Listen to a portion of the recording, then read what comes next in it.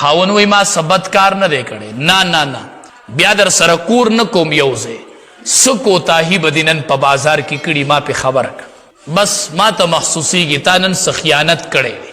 ملګرو دا ویډیو د الله د رضا لپاره لایک کړئ، کمنټ وکړئ، چینل سبسکرایب کړئ. هغه خاونې ورته وی هغه زرګر وی زنانه راله له بنګړي مې پې خرڅ کړل، چې بنګړي په لاس کړل نو ډېره حسینه وه، ما وله دا لاس داسې ونیو لږ زور مې پې وی بس حق درنه نن وتلي دي چې ته خبردار یې. هغه مشکي هغه دینداره 13 کاله مې ورسره وشو، 13 کاله پسې نن زما لاسونې و ما له لاس له زور راکړو. دا تا پردی زنانه له زور ورکو نو نن ستا زنانه ته هغه زور میلو شو. 13 کاله پس د بل د عزت په ډېر خیال ساتو، د بل د عزت په ډېر خیال ساتو. ما تاسو ته ووې زنا قرض دی، قرض دا الله وباسي، دا په خاندان کې بیا وزي، دا بیا وزي، دا بیا نه پاتې کېږي. سهار چې هغه شپونکی راغی هغې زنانه ته وایي ما معاف که، ما نه ډېره غټه غلطي وشوله، بلکل نه یم پوهېدلی.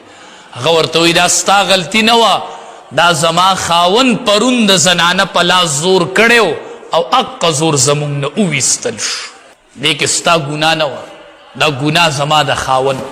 دا حدیث مبارک کې راځي پردو زنانو سره ښه معامله کوئ نو ستاسو د زنانو سره به ښه معامله کي. پردو زنانو ته د حیا په سترګه ګورئ نو ستاسو زنانو ته به هم د حیا په سترګه کاته شي، ستاسو زنانو ته به هم د حیا په سترګه کاته شي.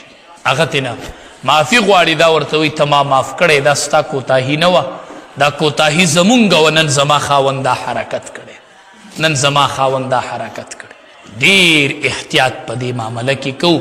نبی علیه السلام فرمایي وایي سترګې چې دي دا زناکاري دي، او د سترګو زنا چې ده هغه غیر محرم زنانه ته نظر کول دي، بس دا د سترګو زنا ده.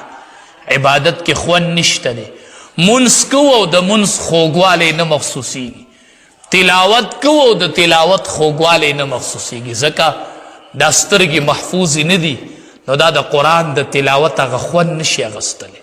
کنې پکار دا وه چې دی د قرآن تلاوت کولی او دا رابهیدلی په کته، دا اوښکې رابهیدلی د قرآن تلاوت دې سترګو کولی، خو دا سترګې محفوظ نه دي ځکه د قرآن تلاوت ته ګوري او رابهیږي نه، ځکه دا محفوظ نه دي. زنانو لم احتیاط پکار دی، غټه پرده، غټ لباس چې وجودونه محفوظ کی محفوظ لعنتونه پې وریږي. ګورې هر هغه لباس، هر هغه بوکرا چې زنانۍ استعمالی او د هغې د وجود موټاوالی او نریوالی پکې محسوسیږي، دا پرده نه ده. ګورې دا پې هسې مونږ دوکه کېږو چې دا بوکره ده، هغه بوکره ده، هغه پړونی دی چې هغې کې د زنانه د وجود موټاوالی او نریوالی نه معلومیږي. زنانه او دا به لباسي، دا به پرده یې. ګورې